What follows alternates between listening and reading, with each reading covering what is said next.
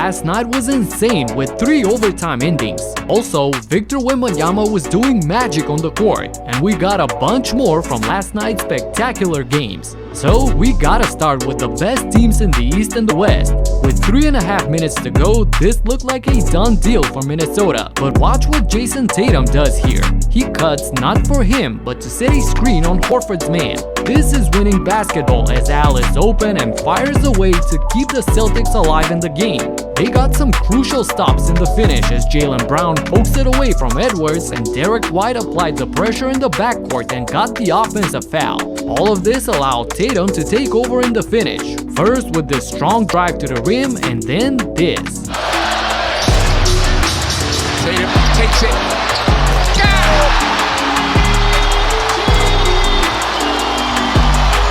Now Boston is all the way back in the game, but Tatum didn't stop there as he got a chance to cut into the lead even more.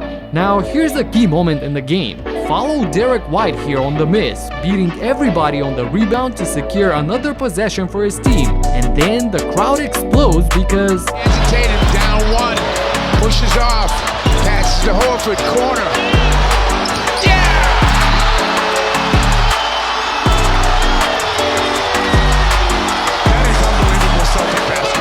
with the game on the line on the final possession, you know who's got the ball for Minnesota. A strong drive by Edwards to get the foul, and he remained ice cold on the 2 free throws to tie the game. Now Tatum has the ball with a chance to win it. Does he have one more shot in him? Just rims out and we go to overtime. But JT would get his payback though. Just watch this entire sequence in the clutch. Oh yeah, foul!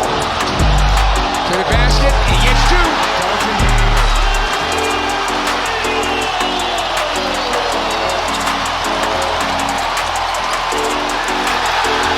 Celtics with the steal.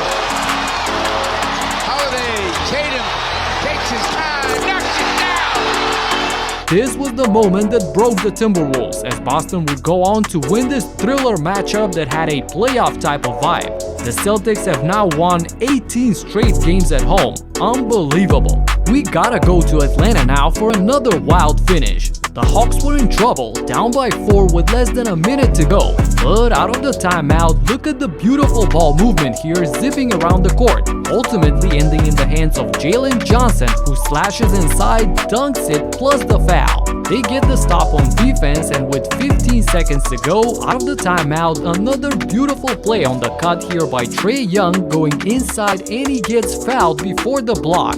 So he will have 2 free throws for the lead. But then the drama because needs a second to tie the game. Oh my, everybody frustrated. He would tie it up though, and on the final possession, Trae gets a crucial stop as the help defender swiping at the ball, which ultimately went out of bounds off of Maxey. You see on the replay, this was squeaky clean. No foul here, and we go to overtime. And in the final minute, with the game tied, the crowd erupts. DJ outside, Jalen for 3. Timeout Sixer. The man of the night, Jalen Johnson. And a huge block on the other end. And Johnson defending. Blocked! A Conru got it! All of this opened up a big opportunity for Atlanta, and they were able to secure 2 free throws on this play, which Jalen Johnson converted and made it a 2-possession game with just 13 seconds to go.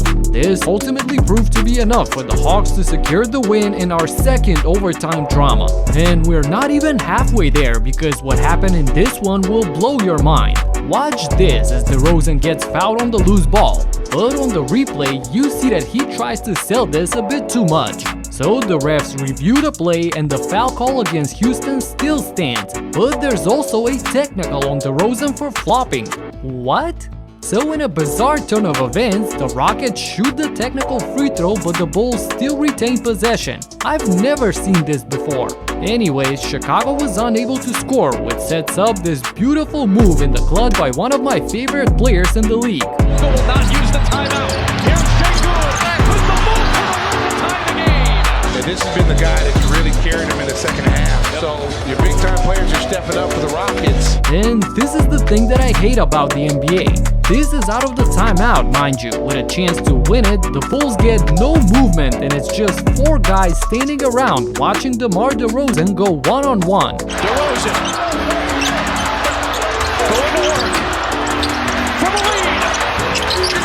Rebound by VanVleet. The Bulls almost lost the game in regulation actually on this Jabari Smith 3, but nevertheless we go to overtime in yet another game. In the beginning of OT, Şengün gave us some more magic. Şengün on the Nowitzki one-leg jumper. And he got fired up about it, which led to this. Şengün travel. Working on Vucevic. Good defense by Vucevic. Oh, Şengün hit the shot. Oh, man.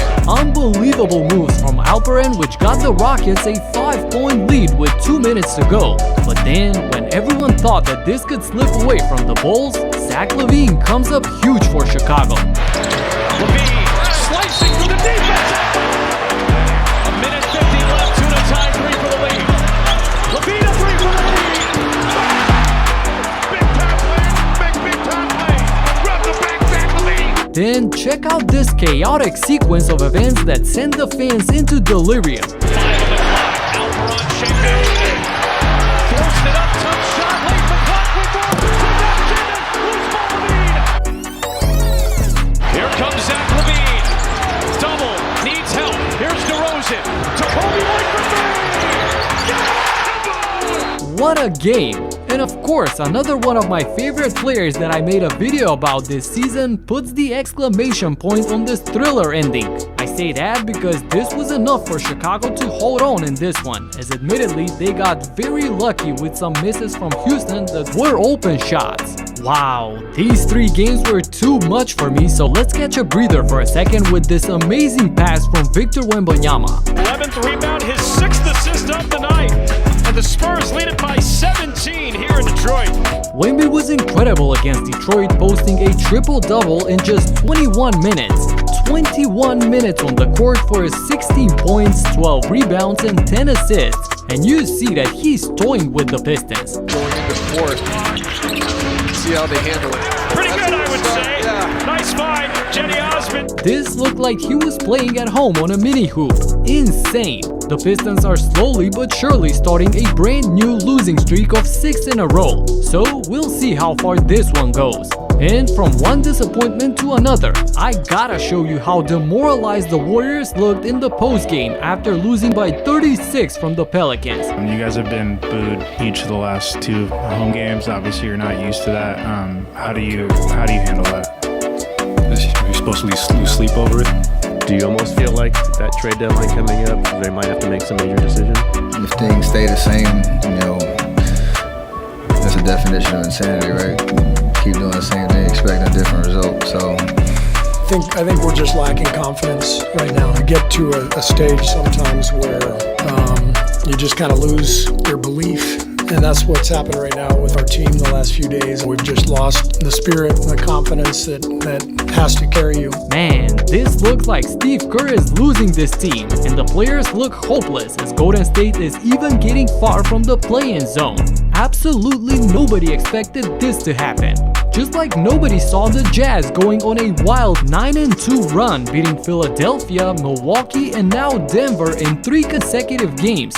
What? 3 of the best teams in the league got thrashed by Utah. They're definitely one of the hottest teams in the league at the moment, and you gotta love a young and rebuilding team like them that's still fighting and wanting to win. Shout out to the Jazz and to Coach Will Hardy for keeping them accountable and ready to play every game. Another wild night in the league, just 2 days after I made a similar video with some even crazier scenes. So you gotta check out that one right here. Talk to you in the next one. Peace out.